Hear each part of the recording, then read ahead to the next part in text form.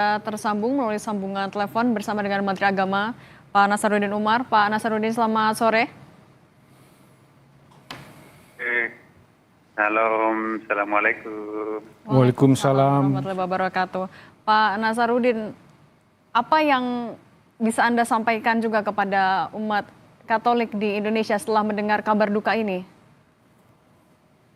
Saya sangat kaget karena tadi pagi ini barusan saya dapat utusan dari beliau mengundang saya untuk ada acara pertemuan dengan Vatikan ya, beliau paus di bulan September akan datang.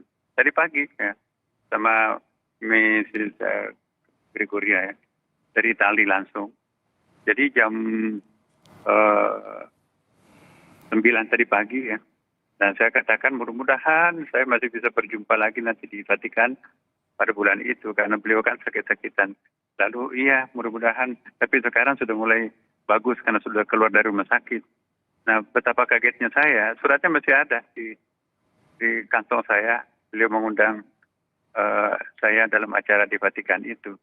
Nah mendengarkan kabar ini tentu saja saya sangat kaget ya kan. Kenapa? Karena banyak sekali kenangan yang saya tidak bisa lupakan ya. Terutama perjumpaan saya dengan di Istiqlal itu. Dan menjadi foto saya itu menjadi photo of the year di tahun 2024 ya. Nah, poin yang pertama saya ingin kesankan kepada para pemirsa, sosok figur kedalaman cintanya beliau ya, ketulusan cintanya itu kepada umat bangsa Indonesia walaupun beda agama, tetapi saya merasakan ketulusan dari genggaman tangan beliau ketika jabat tangan. Itu bukan sekedar jabat tangan, tapi dia pegang erat tangan saya kan, pegang sampai nggak mau lepas. Saya juga pegang erat. Nah itu bagi saya itu simbol ada stressing di situ, penekanan di situ. Nah kemudian masuk di terowongan Istiqlal itu ya, sampai di liftnya kita belum turun. Saya jelaskan bahwa ini terowongan ini dari arah Masjid Istiqlal itu ada sayup-sayup kedengaran bunyi beduk. Tapi dari arah katedral itu ada sayup-sayup kedengaran bunyi lonceng. Tapi di tengah perjumpaan itu nanti ada bersaut-sautan antara bunyi beduk dengan bunyi lonceng. Jadi sangat indah dengan lagu-lagu instrumentalianya itu ya. Ada AC-nya, kemudian juga bisa dipakai untuk ruang pertemuan. Kami sering gunakan untuk interfaith meeting. Saya sangat appreciate. Saya pakai bahasa Inggris tapi kurang direspon. Akhirnya saya diberitahu oleh penerjemah, Pak itu pernah lama tinggal di Timur Tengah, di Suriah atau Sudan ya saya lupa ya. Nah begitu saya bahasa Arab direspon. Jadi ternyata beliau bahasa Arabnya lebih bisa daripada bahasa Inggrisnya. Bahasa Inggris saya nggak direspon, tapi bahasa Arab saya direspon. Jadi saya bercakap bahasa Arab, akhirnya translatornya itu mengatakan kalau begitu saya nggak usah terjemahkan Pak. Ya udah nggak usah. Dia ternyata paham bahasa Arab. Ya, saya mencoba menjelaskan Istiqlal dengan versi bahasa Arab ya, dan dia ngerti. Kemudian juga yang kedua sangat terkesan ya, senyumnya itu masih kebayang-bayang di wajah saya itu ya. Ketika kita mendeklarasikan poin-poin persepakatan Istiqlal katedral itu ya, dan itu luar biasa. Itu dijadikan tema konferensi di Uzbekistan, di Amerika, dan juga di Bali. Dan beberapa tempat yang lain.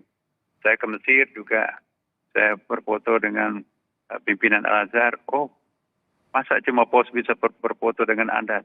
Kami juga punya, akhirnya satu persatu syekh di situ berfoto dengan saya. Karena istilahnya masa cuma pos berfoto, kita juga boleh berfoto dengan imam besar. Jadi foto-foto kami juga populer di Mesir juga, dan di Dubai, dan kemarin di Amerika ya. Dan dampaknya lebih jauh ya, Istiqlal diminta jadi model masjid yang kami diminta untuk memberikan model masjid yang ada di Amerika Latin dan di Afrika. Dan itu sponsor PBB ya, United Nations di New York. Nah jadi luas sekali pengaruhnya itu. Dan kata teman-teman di Amerika, ini baru pertama kali ada himbauan menggunakan bahasa agama untuk melestarikan lingkungan. Kan poin yang ketiga itu sangat penting ya, dan itu kita menggunakan bahasa agama untuk mengajak para umat kita, agama apapun, untuk menyayangi save planet yang untuk menyayangi planet kita. Bagaimana mencegah datangnya kiamat? Karena kalau dalam Abrahamic religion, Yahudi, Nasrani, dan Islam percaya akan ada hari kebangkitan, kan? Percaya juga akan ada hari kiamat. Nah, jadi bahasa kami bahwa salah satu upaya untuk menunda hari kiamat itu adalah kita menggunakan penyelamatan alam. Ya, karena setiap ayat-ayat Quran, ayat Bible juga ada bahwa rusaknya alam itu karena tangan-tangan jahilnya anak manusia ini, kan. Nah, jadi kita menggunakan bahasa agama mengajak kepada para umat beragama untuk save planet ini. Jadi kita jangan sampai melakukan perusakan alam, lingkungan, sebab itu menyangkut masalah keselamatan, kesehatan anak cucu kita juga di masa akan datang. Kemudian yang kedua, poin yang sangat penting ditandatangani bersama imam besar dengan paus itu ialah bagaimana hentikan segala bentuk peperangan itu ya. Jangan menyelesaikan persoalan kemanusiaan dengan peperangan, karena itu tidak akan pernah menyelesaikan persoalan. Nah, kemudian yang ketiga bahwa jangan juga memperatasnamakan agama untuk melakukan tindakan kekerasan. Kekerasan tidak ada tempatnya dalam agama-agama. Jadi saya kira poin ini sangat penting, ditambah dengan satu lagi poin pentingnya toleransi. Toleransi itu bukan hanya koeksistensi, sama-sama hadir tidak saling mengganggu, tapi harus ada sama-sama hadir tidak saling mengganggu dan ada ikatan tali cinta kasih yang mengikat antara satu sama lain. Itu luar biasa ya. Pesan-pesan kemanusiaan yang ditandatangani itu menjadi viral di media-media asing ya. Dan yang paling penting adalah ketika satu saat saya mencium jidatnya, kepalanya beliau, lalu dia mencium tangan saya, dan itu berkali-kali.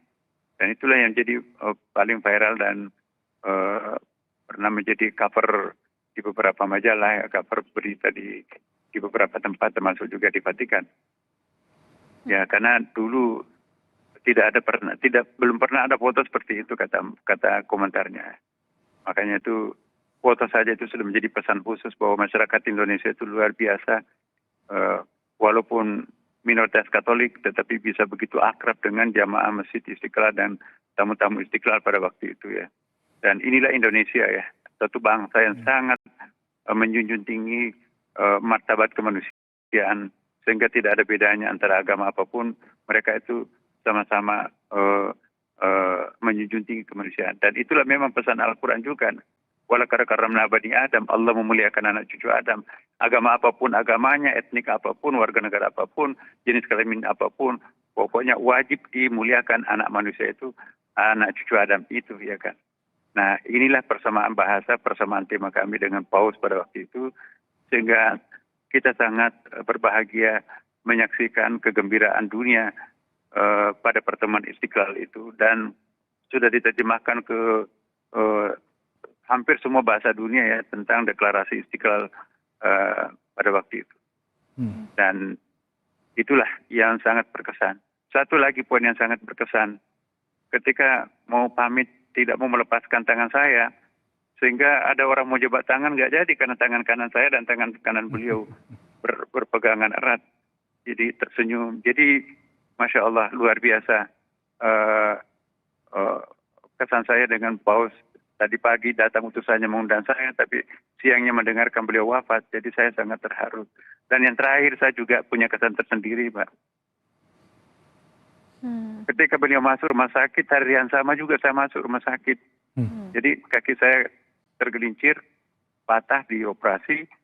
Dan ketika membuka TV, Paus masuk rumah sakit juga di sana loh. Kok kenapa bisa bersamaan harinya masuk rumah sakit ini?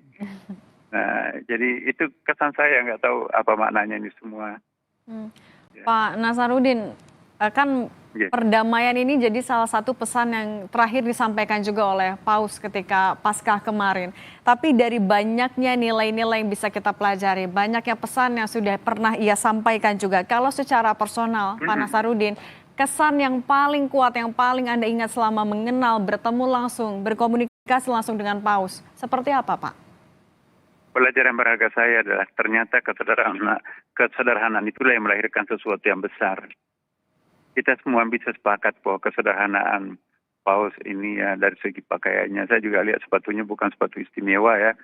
Juga tidak mau menggunakan mobil mewah, juga tidak mau menggunakan hotel mewah, juga nggak mau menggunakan fasilitas kenegaraan yang mewah. Jadi semuanya mau bersahaja. Jadi inilah membuat saya belajar ya. Ya saya hanya menteri, masa saya mau melakukan macam-macam.